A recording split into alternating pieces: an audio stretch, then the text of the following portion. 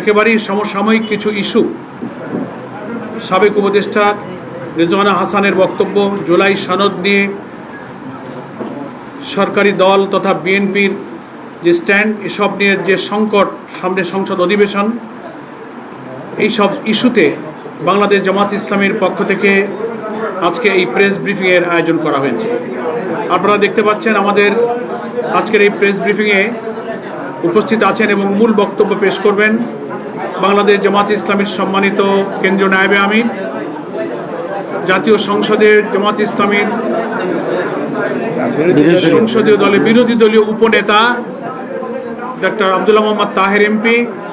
আমাদের সঙ্গে উপস্থিত আছেন বাংলাদেশ জামাত ইসলামীর সহকারী সেক্রেটারি জেনারেল মৌলানা রফিকুল ইসলাম খান এমপি, সাইফুল আলম খান মিলন এমপি। আমাদের সঙ্গে উপস্থিত আছেন অ্যাডভোকেট শিশির মনির, কেন্দ্রীয় গণপরিষদ সদস্য। আমাদের প্রচার বিভাগের জাহিদুর রহমান সাহেব সহ আরও অনেক নেতৃবৃন্দ আমরা এখানে উপস্থিত আছেন। আমরা সময় আর লম্বা না করে এক্ষুনি আজকের প্রেস ব্রিফিংয়ের মূল বক্তব্যে চলে যাচ্ছি। মূল বক্তব্য পেশ করার জন্য আমি অনুরোধ করছি জাতীয় সংসদে বিরোধী দলীয় উপনেতা বাংলাদেশ জামাত ইসলামীর সম্মানিত কেন্দ্রীয় নায়েবে আমির ডক্টর সৈয়দ আব্দুল্লাহ মোহাম্মদ তাহের এমপি।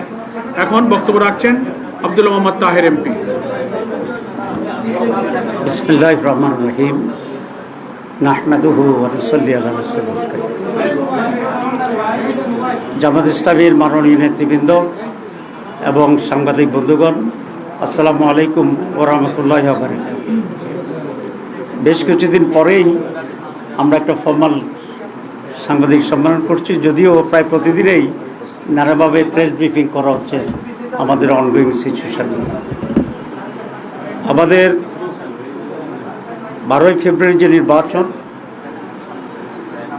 সেটি বাহ্যিকভাবে মোটামুটি অ্যাকসেপ্টেবল একটা নির্বাচন, কিন্তু সময় যেতে যেতেই সেদিন সন্ধ্যা থেকে খবর আসছিল যে নানা জায়গায় কেন্দ্র দখল হয়েছে, জাল ভোট দেওয়া হয়েছে, আমাদের এজেন্টদেরকে জোর করে বের করে দেওয়া হয়েছে, অনেক জায়গায় এজেন্টদেরকে শুরু থেকে ঢুকতে দেওয়া হয়নি, এবং প্রিসাইডিং অফিসার এবং তাদের এজেন্টের যোগসাজশে ব্যালট কাটা হয়েছে। ব্যাপক অনিয়মের খবর আমাদের কাছে আসছিল এবং আমরা সেটি আপনাদেরকে জানিয়েছি। প্রায় 53টি আসনে আমরা অফিসিয়ালি আমাদের অভিযোগ দাখিল করেছি এবং সেই ভিত্তিতে ফার্দার আইনি যে লড়াই, সেই লড়াই অব্যাহত আমরা রাখছি এবং রাখব। কিন্তু গতকালকে আমরা একটা রাজসাক্ষী পেয়েছি। সেই রাজসাক্ষীর নাম হচ্ছে সাবেক উপদেষ্টা অধ্যাপিকা রিজওয়ানা, অ্যাডভোকেট রিজওয়ানা। তিনি একটা সাংবাদিকের সাথে কথা বলে এটা প্রকাশ করেছেন যে আমরা যারা তার ভাষায় নারীদের উপযুক্ত অধিকারকে নিশ্চিত করতে পারে নাই, তারা বিরোধী দলে থাকলেও আমরা কিন্তু তাদেরকে মূলধারা বা প্রধান শক্তি হিসাবে আমরা আসতে দিই নাই। তাহলে বোঝা যায় আমরা যে ইলেকশন ইঞ্জিনিয়ারের যে কথা আসছিল বা আসছে, সেটাকেই উনি নিজেই স্বীকার করে রাজসাক্ষী হয়েছেন। আমরা এখন এটাকে জানতে চাই ওনার কাছে বা তৎকালীন তত্ত্বাবধায়ক সরকারের কাছে এবং আজকের সরকারের কাছে, যে তারা তাদের যোগসাজশে কি ইঞ্জিনিয়ারিংয়ের মাধ্যমে বাংলাদেশ জামাত ইসলামীকে মূলধারা বা প্রধান দল হিসাবে মেজরিটি পেতে তারা বাধাগ্রস্ত করেছে এবং সেটাতে দেয় নাই।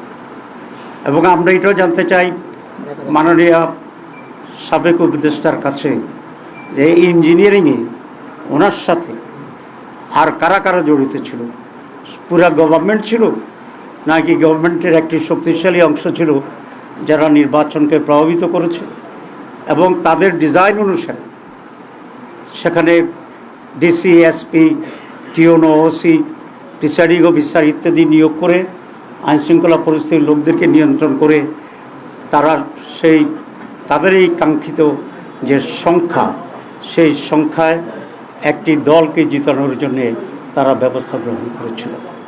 জাতির কাছে এটা স্পষ্ট করতে হবে এবং আমি এই সরকারের কাছে দাবি জানাবো রিজওয়ানা আহমেদকে, তারা রিজওয়ানা হাসানকে তারা কিভাবে জিজ্ঞাসাবাদের আওতায় আনবেন এবং আওতায় এনে তার কাছ থেকে পরিষ্কার যে সিচুয়েশন তিনি তৈরি করেছিলেন সে সম্পর্কে ওনারা জানবেন, আমাদেরকে জানাবেন, দেশবাসীর কাছেও এটা পরিষ্কার করবেন। আমরা নির্বাচনের আগেও কয়েকজন উপদেষ্টার ব্যাপারে অভিযোগ এনেছিলাম এবং আপনারা দেখেছেন ইন্টারিম গভর্নমেন্ট নিজেকে তত্ত্বাবধায়ক সরকারের সমপর্যায়ে নিরপেক্ষ সরকার হিসেবেই প্রতিবাদ করেছিল এবং সে ভূমিকায় তারা আছে সেটা তারা বলার চেষ্টা করেছিল। এবং একটি নীতিগত কথা ছিল যে ইন্টারিম গভর্নমেন্টে যারা দায়িত্বে থাকছেন উপদেষ্টা হিসাবে তারা কোনো সরকারে দলীয় সরকারে তারা কোনো ধরনের অংশগ্রহণ করবেন না, কোনো মন্ত্রিত্ব গ্রহণ করবেন না। কিন্তু শুরু থেকেই আমরা একজন ব্যক্তিকে ইন্টারিম গভর্নমেন্টের যিনি আমাদের প্রতিরক্ষা উপদেষ্টা ছিলেন তিনি প্রথম দিনেই খলিলুর রহমান সাহেব পররাষ্ট্রমন্ত্রী হিসেবে শপথ গ্রহণ করছেন, যেটা তিনি তার আগের শপথের পরিপন্থী কাজ করেছেন। এখানে এটা স্পষ্ট যে খলিলুর রহমান ছিল লন্ডন কনস্পিরেসির প্রধান হোতা এবং সেখান থেকে তিনি সরকারকে মোটিভেট করে ষড়যন্ত্র করে বর্তমান যারা সরকারে আছেন তাদেরকে সুবিধা দেওয়ার জন্যই উনি অব্যাহতভাবে কাজ করেছিলেন এবং তার সেই কাজের পুরস্কার হিসাবেই উনি পররাষ্ট্রমন্ত্রীর এই রিওয়ার্ডটা উনি পেয়েছেন। এতে আমি বিস্মিত হয়েছি বিএনপির ব্যাপারেও, কারণ বিএনপিকে এতই তার লোকজনের সংকট আছে যে একজন বিতর্কিত ব্যক্তি যিনি ইন্টারিম গভর্নমেন্টে থাকার সময়ে বিএনপির নেতা সালাউদ্দিন সাহেবই তার বিরুদ্ধে বক্তব্য রেখেছিলেন এবং তাকে সরকারের থেকে বের করে দিতে বলেছিলেন। তো এই খারাপ লোকটা, যেটা বিএনপির দৃষ্টিতে তখন খারাপ ছিল, এবং সালাউদ্দিন সাহেবের বক্তব্যের পরে উনি বিএনপির সাথে নিশ্চয়ই গোপনে এমন এক কন্ট্যাক্টে গেছেন যে তারা বিএনপির স্বার্থ সংরক্ষণের জন্য উলঙ্গভাবে ভূমিকা নিয়েছেন, যে কারণে বিএনপির আস্থাভাজন হয়ে আবার তিনি বিএনপির মন্ত্রী হয়েছেন। কারণ নিশ্চয়ই বিএনপির সাথে ওনার এমন এক কমিটমেন্ট ছিল, বা ওনার সাথে বিএনপির এমন এক কমিটমেন্ট ছিল যে উনি ইন্টারিম গভর্নমেন্টের থেকে বিএনপিকে হেল্প করবে নির্বাচনে, আর বিএনপির সরকার গঠন করলে ওনাকে মন্ত্রী বানাবে। এই দুটাই কিন্তু ওই তাদের অবস্থান দিয়ে পরিষ্কার হয়। সুতরাং খলিলুর রহমান সাহেবকেও একইভাবে জিজ্ঞাসাবাদে আনা উচিত এই সরকারের, এবং যে কী ধরনের কনস্পিরেসি রিজওয়ানা সহ অন্যরা তারা করেছেন, যে জাতিকে একটি সুষ্ঠু নির্বাচন থেকে তারা বঞ্চিত করেছেন। কারণ একটি সুষ্ঠু নির্বাচন এই জাতির জন্য অত্যন্ত প্রয়োজন ছিল, তাদের মনের আকাঙ্ক্ষা ছিল, তাদের দাবি ছিল। কারণ গত 56 বছরে এই জাতি কোনো নির্বাচন পায়নি। আমরা সকলেই চেষ্টা করেছিলাম যে একটা সুষ্ঠু নির্বাচন হবে এবং এই সুষ্ঠু নির্বাচনের মাধ্যমে যারা নির্বাচিত হয় তারা সরকার গঠন করবে। এই যে জাতির আকাঙ্ক্ষা, এই যে জুলাই লড়াই, এই যে জীবন দেওয়া, এই যে রক্ত, এই যে আমাদের রাজনীতির গতিপক্ষে পরিবর্তন করে দেওয়ার যে গাদ্দারি, দালালি, জাতির সাথে বিদ্রোহ, এই সব কিছুর জন্যে এরা দায়ী। এত বড় আকাঙ্ক্ষা সুষ্ঠু নির্বাচনের জন্য এটা বন্ডুল করে দিয়েছে এই মীর জাফররা। সুতরাং এই মীর জাফরদেরকে, খলিলুর রহমানকে আমি দাবি করব, সরকার যদি স্বচ্ছতার কিছুটা হইলেও পরিচয় করতে চায়, এবং সেই খলিলুর রহমান তো নিরাপত্তা উপদেষ্টা, আমি বলেছি ডিফেন্স অ্যাডভাইজার ছিল, নিরাপত্তার অ্যাডভাইজার ছিল, তো তাকেও মন্ত্রিসভাতে বের করে দেওয়া উচিত এবং তাকেও জিজ্ঞাসাবাদে এনে ষড়যন্ত্র কী হয়েছে সেটাকে বের করা উচিত। আর রিজওয়ানা তো নিজেকেই বলছে আমি রাজসাক্ষী হয়েছি নিজেই, এবং তার কাছ থেকেও এই সত্য উদ্ঘাটন করা অত্যন্ত জরুরি। দ্বিতীয় যেটি সেটা হচ্ছে, আপনারা জানেন যে নির্বাচনের দিন দুটা বিষয় নির্বাচিত হয়েছে, একটা জাতীয় সংসদ নির্বাচন আর আমাদের যে রিফর্মস, সেই রিফর্মসের উপরে একটা গণভোট হয়েছে। সেই গণভোটে বিপুল ভোটে জনগণ রিফর্মসের পক্ষে রায় দিয়েছে। এই সরকারের কাছে, আমাদের সকলের কাছে এটা কমিটমেন্টের একটি অংশ যে এখানে কনস্টিটিউয়েন্ট অ্যাসেম্বলি হবে, এমপি যারা হয়েছে তার সদস্য হবে এবং পার্লামেন্ট সদস্য হবে। এবার সংসদ সদস্যরা দুটি পজিশনেই নির্বাচিত হয়েছে এবং প্রথম অধিবেশন থেকে কনস্টিটিউয়েন্ট অ্যাসেম্বলির কাজ করে সংবিধান সংস্কার সভা যেটা অন্যান্য সময় কনস্টিটিউয়েন্ট অ্যাসেম্বলি হিসেবে কাজ করে, এইটা করে আগে আমাদের যে রিফর্মসের উপরে যে গণভোট হয়েছে সেটাকে অ্যাকসেপ্ট করা, সেটাকে সাংবিধানিক বৈধতা দেওয়া এবং তার ভিত্তিতে যে সমস্ত রিফর্মসগুলো অ্যাকসেপ্টেড হবে সে আলোকেই পরবর্তী পর্যায়ে রাষ্ট্র, সরকার এবং আমাদের অধিবেশন, পার্লামেন্ট সব কিছু সেভাবেই পরিচালিত হবে। কিন্তু আমরা দেখছি যে এই সংস্কার ইস্যুতে চ্যালেঞ্জ করে কোর্টে রিট করা হয়েছে। আসলে কোনো সরকারের ইঙ্গিত ছাড়া এই ধরনের রিট হওয়ার কোনো সম্ভাবনা অতীতে আমরা দেখছি ছিল না। সুতরাং এই সরকার নানাভাবেই সংস্কার যে কমিটমেন্ট সেখান থেকে সরে আসার জন্য নানা খুচরা খাচরা মানুষ দিয়া রিটের নামে এটাকে ডিলে করাচ্ছে এবং খুবই আনফর্চুনেট হচ্ছে এই যে আমরা আইনের শাসনের কথা বলছি এবং কোর্টকে আমরা স্বাধীন করার জন্য দীর্ঘদিন ধরে আমরা সংগ্রাম করছি এবং সেটাকে স্বাধীন করা হয়েছে।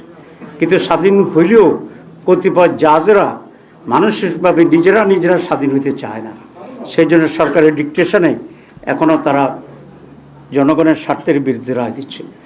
যে রায় তারা দিয়েছে এটার বিরুদ্ধে আমরা আবার আইনি লড়াই করব, সাথে সাথে জনগণকে সংগঠিত করে পার্লামেন্টে এবং পার্লামেন্টের বাইরে আমরা এর বিরুদ্ধে জনমত গড়ে তুলব এবং সরকার এটা নৈতিক দায়িত্ব যে সংস্কারের উপর গণভোট হয়েছে জনম্যান্ডেটকে, যে কারণে তারা সোকল্ড মেজরিটি, সোকল্ড আজকে কেন বলছি এর জন্য আমরা বলি নাই, আজকে সোকল্ড বলছে এর জন্য বিরাট এক সাক্ষী পাওয়া গেছে যে যারা নিজেরাই বলছে যে আমরা ইঞ্জিনিয়ারিং করে ইলেকশন জামাত ইসলামীকে আমরা মেজরিটি হইতে দেই নাই।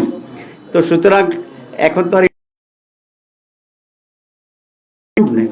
তো সোকল্ড মেজরিটি পাওয়ার পরে তারা গভর্নমেন্ট ফর্ম করার পরে তাদের এটা দায়িত্ব যে রিফর্মস প্রস্তাবনার উপরে যে গণভোট হয়েছে, যে কারণে বেশি ভোট পাওয়ার দাবি করে তারা সরকার গঠন করছে, তাদের নৈতিক যে অবস্থান সেই কারণে বেশি ভোটে গণভোট জিতার কারণে এটাকে ইমপ্লিমেন্ট করা গণতন্ত্রের দাবি, নৈতিকতার দাবি এবং জনমতেরকে সম্মান করার, শ্রদ্ধা করার দাবি। সেজন্য আমরা মনে করি যে পার্লামেন্ট 12 তারিখে বসছে, সেদিন থেকেই তারা এই রিফর্মস যে আমাদের প্রস্তাবনা গণভোটের মাধ্যমে যেটা অ্যাপ্রুভ হয়েছে সেটা বাস্তবায়নের জন্য তারা সঠিক উদ্যোগ নেবেন। কিন্তু আমরা বিগিনিংয়ে দেখেছি তারা শপথ নেন নাই। দুটো শপথ ছিল, একটা হচ্ছে পার্লামেন্ট মেম্বার হিসাবে আর একটা হচ্ছে সংবিধান সংস্কার পরিষদের শপথ নেওয়ার পরে। আমরা দুটো নিয়েছি, আমরা আমাদের কমিটমেন্টের উপরে অনড় আছি আমরা এবং ভবিষ্যতে আমরা থাকবো। আমরা কেন নিয়েছি এই জন্য এটা আমি বলেছি যে তারা রুলস করতেছে যে আমরা কেন নিয়েছি আদালতের শপথ, সেটার জন্য তারা আদালতে গিয়েছে। আদালতকে তারা ব্যবহার তারা অবজ্ঞা করার জন্য একটি ষড়যন্ত্রের ভিতরে দিয়ে চলছে। আমরা এটি নিন্দা করছি এবং আমরা আশা করি গণভোটের রায়কে সকলেই মেনে নিই, আমরা সংস্কারকে গ্রহণ করব পরিপূর্ণভাবে এবং সে আলোকেই এই সরকার দেশ পরিচালনা করবে।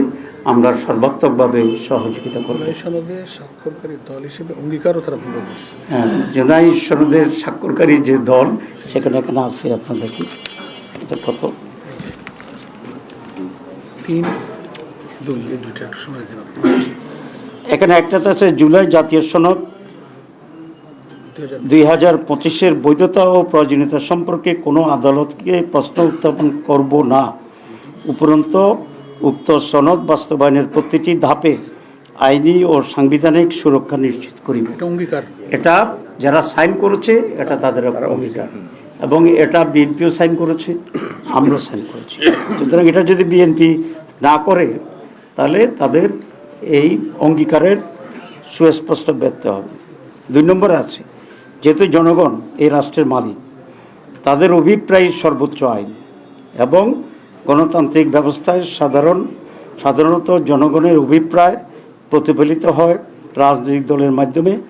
সেহেতু রাজনৈতিক দল ও জোটসমূহ সম্মিলিতভাবে গণতন্ত্র প্রতিষ্ঠার দীর্ঘ সংগ্রাম করেছে বিধায় এই সনদ পূর্ণাঙ্গভাবে সংবিধানের তফসিল হিসাবে যা যথোপযুক্তভাবে সংযুক্ত করিব। মানে সংবিধানের সংযুক্ত করার ব্যাপারেও কমিটমেন্ট করেছে এবং we sign in that referendum clause. তো এটাও সেখানে ব্যর্থ ঘটছে। 3 নম্বর পয়েন্ট হচ্ছে, আমরা আশা করেছিলাম এই নির্বাচনের পরে দেশের শান্তি শৃঙ্খলার উন্নতি হবে। একদিনের স্বপ্ন হবে এটা আমরা মনে করি না, বাট ডেভেলপ হতে থাকবে। কিন্তু আপনারা দেখছেন ইতিমধ্যে বেশ কিছু লোক হত্যার শিকার হয়েছে, বিভিন্ন জায়গায় আগুন জ্বালিয়ে বাড়িঘর জ্বালিয়ে দেওয়া হচ্ছে, বাড়িঘর ভাঙচুর করা হচ্ছে, ধর্ষণের শিকার হচ্ছে। এবং বাহ্যিকভাবে আমরা গত নৈরাজ্যময় যে সমস্ত সরকারগুলো ক্ষমতায় ছিল তার চেয়ে চরিত্রের এবং চিত্রের তেমন কোনো ভিন্নতা আমরা দেখতে পাচ্ছি না।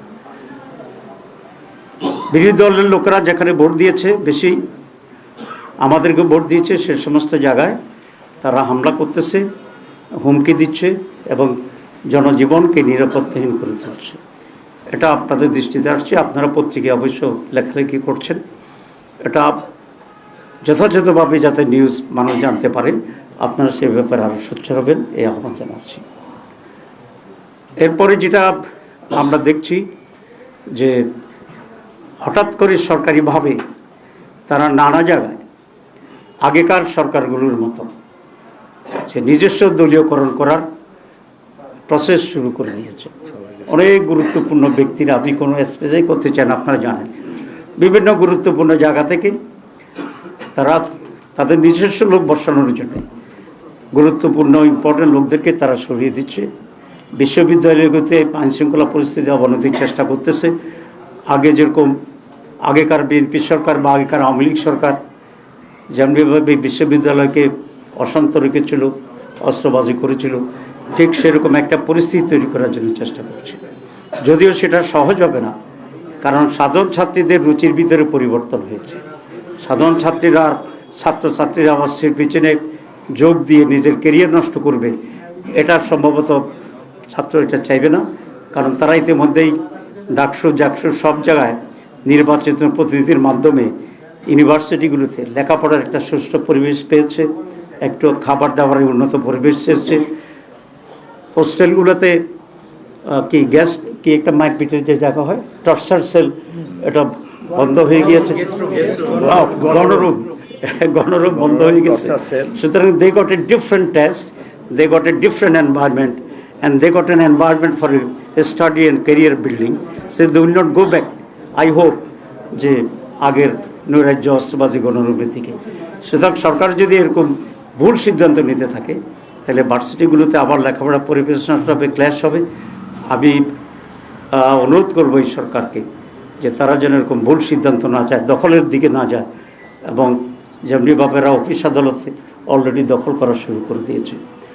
আমরা আশা করেছিলাম যে আমরা আগেকার বিরোধী দলের মতো নয়, যদিও আমরা সরকারি দল হইতে পারতাম মনে হয় যদি ইলেকশনটা ফেয়ার হতো, স্টিল দেন আমরা একটা নিউ কালচার তৈরি করার চেষ্টা করছি, constructive, violent, vibrant, careful, vigilant and very strong. আমরা অপোজিশন তৈরির চেষ্টা করছি। গভর্নমেন্ট যেন এটাকে সাধুবাদ জানায় এবং তারা এটাকে কোনোভাবেই ভিন্ন খাতে বা দুর্বল মনে করে নিজেরা খুব বেশি বাড়াবাড়ি করার চেষ্টা না করে। কারণ বাড়াবাড়ি করলেই আমরা সেখানে দাঁড়িয়ে যাব। কারণ এটা জনগণের পক্ষ থেকে আমাদের প্রতি ম্যান্ডেট দেওয়া আছে, এটা আমাদের নৈতিক ভিত্তি। আর দল হিসেবে বিএনপি এক জামাত আমরা কোনো দুটো হোস্টাইল পার্টি না, আমরা ফ্রেন্ডলি ছিলাম, আমরা একসাথে কাজ করছি। সুতরাং বিএনপিকেও এটা মনে রাখলে ভালো হবে যে আলাপ আলোচনার ভিত্তিতে, পরামর্শের ভিত্তিতে তারা রাষ্ট্র পরিচালনা করবেন, বিদেশের সাথে চুক্তি করবেন এবং বিভিন্ন ডেভেলপমেন্ট ওয়ার্কগুলো করবেন। কিন্তু আনফর্চুনেটলি এই যে ট্রান্সফার হচ্ছে, কারো চাকরিচ্যুত হচ্ছে, কাকে বাদ দেওয়া হচ্ছে, কাকে ইনক্লুশন করা হচ্ছে, এখন পর্যন্ত আমাদের সাথে তেমন কোনো আলাপ আলোচনা বা এক্সচেঞ্জ অফ ভিউজ তারা করেনি। আমরা আশা করি সেটা তারা ইনশাল্লাহ করবেন। সুতরাং নেক্সট 12 তারিখে যে পার্লামেন্ট, আমি মনে করি it will be good beginning এবং আপনারা জানেন যে ইংরেজিতে কথা আছে, good beginning is half done. আমরা we are expecting that type of attitude and behaviour and cooperation from the government body. Thank you very much. বৈঠকের বিষয়টা দেখুন, আপনাদের ডেপুটি স্পিকার অফার করা হয়েছে, এই বিষয়ে কি বলবেন? আর দ্বিতীয়ত, বিগত দিনে যারা নির্বাচন ইঞ্জিনিয়ারিং এর সাথে জড়িত ছিল তারা এখন আইনের আশ্রয় আছে, তো দুইজন উপদেষ্টার ব্যাপারে আপনারা অভিযোগ তুলছেন, তাদেরকে আইনের আওতায় এনে জিজ্ঞাসাবাদ বা তাদের ব্যাপারে আসলে আইন বিচার বিভাগের দায়িত্ব চাহিদা আপনাদের আছে কিনা?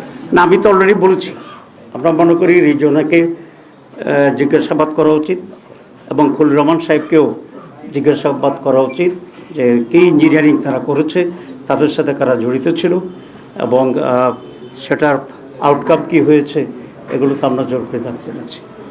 আপনারা যেটা বলেছেন যে ডেপুটি স্পিকার নিয়ে আমাদেরকে অফার করা হয়েছে ইব্রাহিম মোহাম্মদকে, আসলে এখানে দুটি বিষয় আছে। একটা বিষয় হচ্ছে আমাদের বর্তমান যে কনস্টিটিউশন, এই কনস্টিটিউশনে লেখা আছে যে জাতীয় সংসদে একজন স্পিকার এবং একজন ডেপুটি স্পিকার থাকিবে, এটা হচ্ছে বর্তমান সংবিধান। আর আমরা যে রিফর্মস প্রস্তাবনা আমাদের যেটা আছে, সংস্কার প্রস্তাবনায় জুলাই চার্টারে, সেখানে আমরা একমত হয়েছি, প্রস্তাব দিয়েছিলাম যে একজন স্পিকার থাকিবে, দুইজন ডেপুটি স্পিকার থাকিবে। সেই দুইজন ডেপুটি স্পিকারের মধ্যে একজন সরকারি দলের হবে, একজন বিরোধী দলের হবে। এই ব্যাখ্যাটা এখনও কনফিউজিং। যদি এমন হয় সরকার বর্তমান সংবিধানের আওতায় যে একজন স্পিকার হবে সরকারের কাছ থেকে, আর যে একজন ডেপুটি স্পিকার আছে এটা তারা বিরোধী দলকে অফার করবে, সেই ক্ষেত্রে বিষয়টা কী হয় আমরা বিবেচনা করে দেখব। তবে সেই জন্যে তাদের কাছ থেকে আমাদেরকে অফিসিয়ালি লিখিত প্রস্তাব পাওয়া জরুরি। আমরা যদি সেই লিখিত প্রস্তাব পাই ফ্রম দি গভর্নমেন্ট, তখন আমরা বসে আমরা আলোচনা করে আমাদের সিদ্ধান্ত জানাবো। This is one. সেকেন্ড হচ্ছে জুলাই সনদের আওতায় যে একজন স্পিকার, দুইজন ডেপুটি স্পিকার থাকবে। তো এটা যদি তারা মনে করেন যে ওই জুলাই সনদের অংশ হিসাবে একজন ডেপুটি স্পিকার আমাদের দিবে, একজন তাদের থাকবে, তাহলে এটার কোনো বৈধতা নাই, আনলেস যে রিফর্মসের গণভোটের যে রিফর্মসের টোটাল যেটা আছে এটার বাস্তবায়ন না হওয়া পর্যন্ত। তো সেটা টোটাল বাস্তবায়ন হইলে যদি দুইজন হয়, একজন আমাদেরকে অফার করে, তখন আমরা আইনি ভিত্তিটা পর্যালোচনা করে সেটা আমরা দেখব। সুতরাং এখানে দুটো অংশ আমি আবার রিপিট করছি টু বি ভেরি ক্লিয়ার। একটা হচ্ছে বর্তমান সংবিধানের আওতায় একজন স্পিকার থাকিবে, একজন ডেপুটি স্পিকার থাকিবে। সেক্ষেত্রে স্পিকার সরকারি দল নেবে এবং আমাদেরকে ডেপুটি স্পিকার অফার করবে। এখানে আইনের খুব বেশি ব্যর্থ নেই, তবে সেক্ষেত্রে আমরা মনে করি সরকার আমাদেরকে লিখিত প্রস্তাব দিলে আমরা বিষয়টা নিয়ে পর্যালোচনা করে আমাদের সিদ্ধান্ত জানাবো। আর যদি দ্বিতীয়টি হয় যে তারা দুইজন ডেপুটি স্পিকার, এর ভিতরে একজন আমাদের কিন্তু একজন আমাদেরকে দেবে না, এটার বৈধতার কোনো সুযোগ নেই। এ ধরনের প্রস্তাবের তো আমাদের গ্রহণ করার কোনো প্রশ্নই আসে না। বরং আমাদের দাবি থাকবে যে জুলাই চার্টারকে পূর্ণাঙ্গভাবে বাস্তবায়নের উদ্যোগ নিয়ে এটাকে যদি আইনি ভিত্তি দেওয়া হয়, সংবিধান ইনক্লুড করা হয়, তখন দুইজনের স্পিকার আইনসম্মত হবে, সংবিধান সম্মত হবে এবং একটি বিরোধী দলকে দিলে, একজন সরকার নিলে এই আইনি ভিত্তি হবে, তখন এটা বিবেচনা করা হবে। Unless it has no legal basis, এটা করা যাবে না। আর প্রথমটা আমি বলেছি, সরকার যদি আমাদেরকে লিখিত প্রস্তাব দেয় তখন আমরা এটা বসে বিবেচনা করব এটা নিয়ে কী করা যায়। কোনো একজন ব্যক্তি বা মন্ত্রী মৌখিকভাবে বললে বা সাংবাদিককে বললে এটাতে তো রেসপন্ড করা difficult. We need official proposal.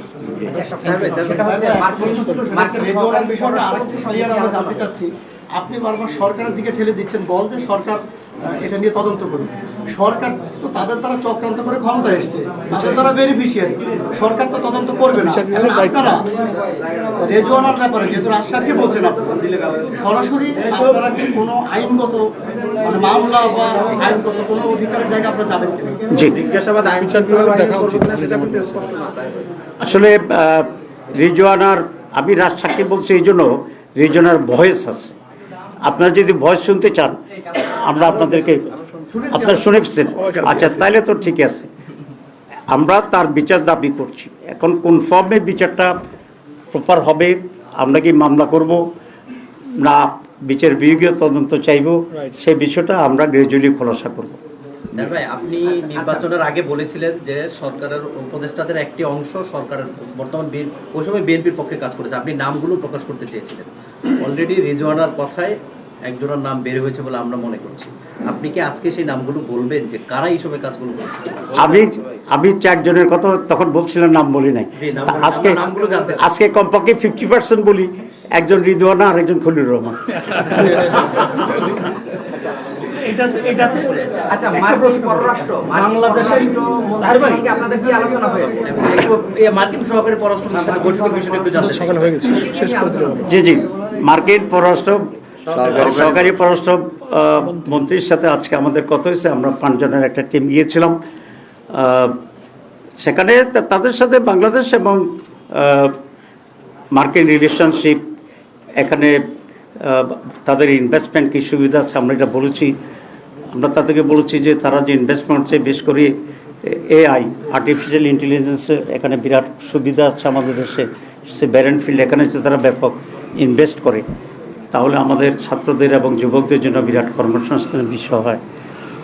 2 হচ্ছে আমরা বলেছি যে বাংলাদেশ তার ইন্টারেস্টকে রেখেই সকল বিশ্বের সব দুনিয়ার লোকদের সাথে সুসম্পর্ক চায়।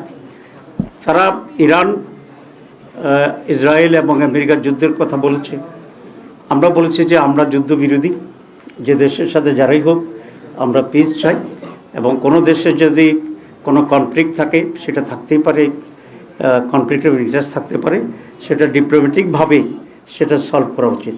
সুতরাং এনি ওয়ারকে আমরা কন্ডেম করি এবং আমরা চাই তোমরা মানে খুব স্বল্প সময়ের ভিতরে ডিপ্লোম্যাটিক হইতে এই ওয়ারকে বন্ধ করা উচিত। যুক্তরাষ্ট্রের সঙ্গে যে বাণিজ্য চুক্তি, সেটা আপনারা সমর্থন করেন কিনা? বাণিজ্য চুক্তির ভিতরে কতিপয় জিনিস আছে যেগুলো বাংলাদেশের জন্য প্রয়োজন, তো অতটুকুকে তো এই সরকারকেও ক্যারি অন করতে হবে সেখানে। সুতরাং এই সরকারকেও ক্যারি অন করতে হবে, এবং এটাকে আমরা এই মুহূর্তে খুব স্ট্রংলি অপোজ করছি না, কারণ এখানে বাংলাদেশের সাথে বাণিজ্যের অনেকগুলো বিষয় আছে। তবে আমি এটা বলে আসছি যে বাংলাদেশ তোমাদের কাছ থেকে অনেক কটন আমদানি করে, তারপরে সয়াবিন আমদানি করে, মিল আমদানি করে, সয়াবিন মিল আমদানি করে। তো আমরা যদি হিউজ ইম্পোর্টার, আমরা তোমাদেরকে রিকোয়েস্ট করব যে চুক্তির চেয়েও আরও কম ট্যারিফে তোমরা বাংলাদেশ থেকে গুডস বাংলাদেশ থেকে পাঠাবা, এটা তাদেরকে আমরা ভীষণ অনুরোধ করে আসছি। একটা ছোট প্রশ্ন, আপনি বক্তব্যে বলেছেন যে হামলা, ধর্ষণ, ঘটনা ঘটছে, আইনশৃঙ্খলা পরিস্থিতি, দলীয়ভাবে আপনাদের অবস্থানটা কি? কোনো কর্মসূচি বা এরকম কোনো চিন্তা ভাবনা করছেন? আমরা বলেছি যে আমরা অন্যান্য সময়কার নির্বাচনের পরে যে ধরনের একটি হট এক্সচেঞ্জ হয়, এসব নিয়ে ব্যাপক আইনশৃঙ্খলা পরিস্থিতির পরিণতি হয়, বিশাল প্রটেস্ট হয়, আমরা বুঝে শুনেই সেটাকে সেই লেভেলে যাইনি। কারণ আমরা চাচ্ছি একটু কালচারালি চেঞ্জ করার জন্য, যে আমাদের যা হয়েছে সেটার পরে আমরা কনস্ট্রাকটিভলি জানাচ্ছি, আমরা আইনের আশ্রয় নিয়েছি, আমরা খুবই নন ভায়োলেন্ট প্রটেস্ট আমরা করছি। কিন্তু এটা যদি সলিউশন না হয়, এটা বাড়তে থাকে, তখন তো আমাদেরকে আর একটু স্ট্রংলি রাস্তায় নামতে হবে, এবং পার্লামেন্টও আমরা সেক্ষেত্রে স্ট্রং ভূমিকা নেব। এত নিরাপত্তা পালন করছে যে কয়েকদিন পরে আপনাদেরকে যদি বিরোধী মানে গৃহপালিত বিরোধী দল যদি তকমা দিয়ে দেয়, তখন কি করবে? তখন আমরা সেটাকে ওভারকাম করার জন্য যে ভূমিকা নেওয়া দরকার সেটা করব। আমরা বুঝবো যে জনগণ, আমাদের দেশের জনগণ খুব ভাইব্রেন্ট এবং খুব পিসফুল অপোজিশনকে তারা সেভাবে নিচ্ছে না, নাম্বার 1। নাম্বার 2 হচ্ছে, আমি এটা ব্যাখ্যা করেছি, আমরা এত নীরব নই, আমরা অনেক প্রটেস্ট করেছি, অনেক মিছিল করেছি, যে যে জায়গায় হামলা হচ্ছে সেখানে লোকালি আমরা প্রতিবাদ করতেছি, আমরা মামলা করতেছি, সাংবাদিক সম্মেলন করতেছি। এখন যদি এটা মনে করা হয় যে একটা ঘটনা ঘটলেই ব্যাপক তুমুল হুলস্থুল করে ফেলার দরকার, এটাকে আমরা মনে করি we should allow some more time to the government, যারা তাদের লাইনে আসার জন্য। যদি না হয় এটা তাদের কপাল। 2 নম্বর কথা আপনাদের মনে রাখতে হবে যে Jamaat Islami after all this rigging, এ সমস্ত রিগিংয়ের পরে ব্যালট পেপারে আমাদের ঢুকতে না দেওয়ার পরেও আমরা হিউজ ভোট পেয়েছি, যেটা সম্মিলিতভাবে অলমোস্ট মোর দেন 40%। আর বাংলাদেশে 3টি সরকার 40%-এর কম ভোট পেয়ে সরকার গঠন করছে, ঠিক আছে? সেটা আমরা যে ভোট পাইছি এটাকেও যদি ধরে নিই, তাতে সরকার গঠন করার মতো ভোট আমরা পেয়েছি। সুতরাং আমরা এগুলো মাথায় রেখে are preparing for the future, এবং আমরা জনগণের কনফিডেন্স অধিকতর পাওয়ার জন্য চেষ্টা করছি। সেটা হচ্ছে বর্তমান সংবিধান অনুযায়ী রাষ্ট্রপতি সংসদের প্রথম অধিবেশনে ভাষণ দিবে। জুলাই সনদ অনুযায়ী যেটা হওয়ার কথা না, বিএনপি অলরেডি স্টেটমেন্ট দিয়েছে তারা রাষ্ট্রপতির ভাষণ দেবে। এই ক্ষেত্রে আপনারা বলছেন যেহেতু জুলাই সনদ বাস্তবায়ন হবে, প্রথম দিনই এটা হবে, সেক্ষেত্রে আপনাদের অবস্থা বয়কট করবেন কিনা আমরা এই বিষয়ে আলাপ আলোচনা করছি, সময় মতো আপনারা জানতে পারবেন। Thank you very much.